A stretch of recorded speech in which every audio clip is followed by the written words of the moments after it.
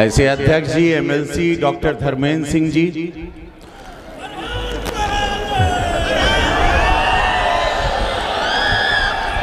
और एजा के 6 बार के उनके बाबूजी एक बेर का सांसद जी रहलन और वो 5 बेर उनकर रहे। तो ऐसे हमरे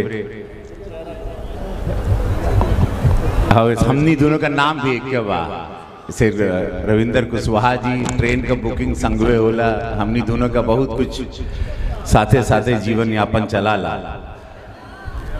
और संसद में हमारे साथी बड़ा नटखट, हम जिनकरा के कहिला बड़ा नटखट सांसद जी बाड़न। 3 बेर का सांसद जी, बहुत पॉपुलर अपने समाज में और अपने क्षेत्र में, बहुत ईमानदारी से अपन काम करलन, स्पष्ट बोललन। ऐसे माननीय कमलेश पासवान जी हमनी के प्रिय, हमनी सबके प्रिय, पूज्य महाराज जी के भी प्रिय, सजनवा के माननीय विधायक प्रदीप शुक्ला जी,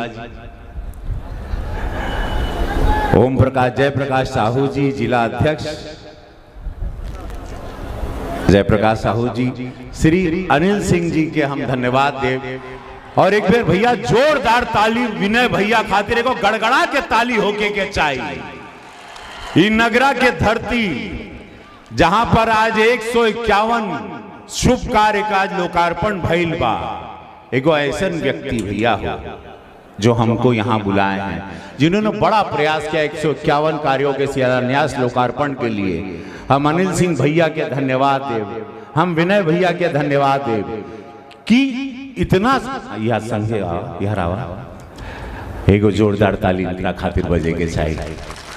ये कहलन हम कहे हम इनके खातिर हम दिल्ली रहे, दिल्ली से आए, बोले भैया हम हेलीकॉप्टर दे, लेकिन आए के बाद नगरा धरती के धरती पूरा देखे चाहता, हमार नाम रखा भैया कहें कि हम एजा सेवा करब और सेवा करे खातिर फैक्ट्री लगाई, रोजगार दे,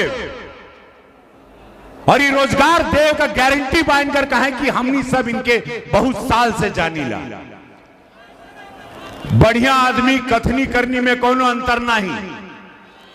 जैसे हमारे यशस्वी प्रधानमंत्री मोदी जी, पूज्य योगी महाराज, यहाँ पर अब चुनाव हुई भैया हो, सब लोग युवा लोग हैं, कितने लोग पहली बार वोट करेंगे, बाबा लोग हैं, माई बहन सब लोगन के गोड़ छूट के प्रणाम। ये अद्भुत धरती बाई बलिया का एगो आक्रामक धरती है। जैसे हमारे अभी अध्यक्ष जी ने बहुत बढ़िया अंग्रेजी में भी समझाया, ये धरती बा मंगल पांडे जी का, ये धरती बा चित्तू पांडे जी का, ये धरती बा भोजपुरिया लोगन के, हमार माटी के लोग एजाबाड़न। मेरी फिल्में यहाँ सिल्वर जुबली होती हैं। आज यहाँ पर मेरे साथ का मेरा बच्चा था, वो बढ़ गया आज बहुत, उसको हम सूर संग्राम में बढ़ाए। मोहन राठौड़ यहाँ खड़ा है, अनुपमा यादव को हम अक्सर सुनते थे, आज उनके पहली बेर उनसे मुलाकात भई। बाहर दोनों का बढ़िया। तब हम यह कहा कि भैया हो बलिया का धरती बहुत समझदार बा। जब हमरा के जा लिए ना ई धरती पे नगरा का धरती पहली बेर हमके देख ले, तो जो व्यक्ति यहां लाया है उनकी सोच क्या होगी। जो व्यक्ति यहां लाया है, जो पूज्य महाराज जी के सोच के साथ है, यशस्वी प्रधानमंत्री जी के सोच के साथ है। जैसे हमारे पूज्य महाराज जी ईमानदारी के साथ पूरे उत्तर प्रदेश के संभालन, कानून व्यवस्था से लेके हर जगह चारों ओर चौमुखी विकास होता। हमारे माई बहन बच्चा लोग, किसान लोग, हर लोगन के हुआ आयुष्मान योजना बा, किसान के खाता में पैसा बा, बेटी लोगन खातिर हर जिला में मेडिकल, गोरखपुर में एम्स, अनगिनत कार्य कबो ना भइल 2017 के पहले। ये ऐसा सरकार बा जहां हमके आशीर्वाद मिलल गोरखपुर के धरती से, पूज्य महाराज जी के आशीर्वाद, यशस्वी प्रधानमंत्री जी के आशीर्वाद से हम ओजा का सांसद बने हो। आज ओजा फिल्म का शूटिंग होता, रोज आज रोजगार मिलता, एगो अपन शूटिंग का धंधा जो हम करत रहे। जैसे हमारे देश में विश्व में पहचान बा, वो रोजगार का कार्य वह शुरू हो गई।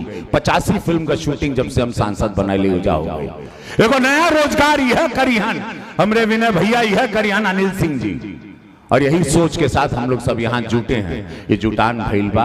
अब हम ढेर नहीं बोलब, काहे कि अब जाके उतरब, जैसे वह शूटिंग बाटे शूटिंगों करब, और माननीय सांसद जी के जाए के बा मद्रास, अध्यक्ष जी के भी अपन कार्य बा, सब लोगन बहुत बिजी बाड़न।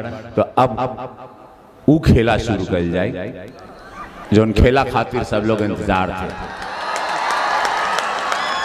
तो कहें कि भैया हो जब कहल जाला दोनों हाथ सब लोगन का उठे के चाहे पूरा आखिरी तक, जितना छत से लोग यहाँ बैठा है वहां बैठा है, कुल मुड़िया मुड़ी लौकता, दोनों हाथ उठा ला सब लोग, बोले नमः पार्वती पते हारा हारा महादेव। अब महादेव आ गई। मोहन बाबू खड़ा हो जा, ढोल वाले तैयार हो जाओ। मोहन और अनुपमा हम चाहेंगे आप यहाँ मंच पर आ जाओ। हम वहां हैं कि हम यहाँ हैं? हम वहां आते हैं, आप लोग रहो। आप महिला हो आप वहीं रहो। यहाँ से कुदैबा का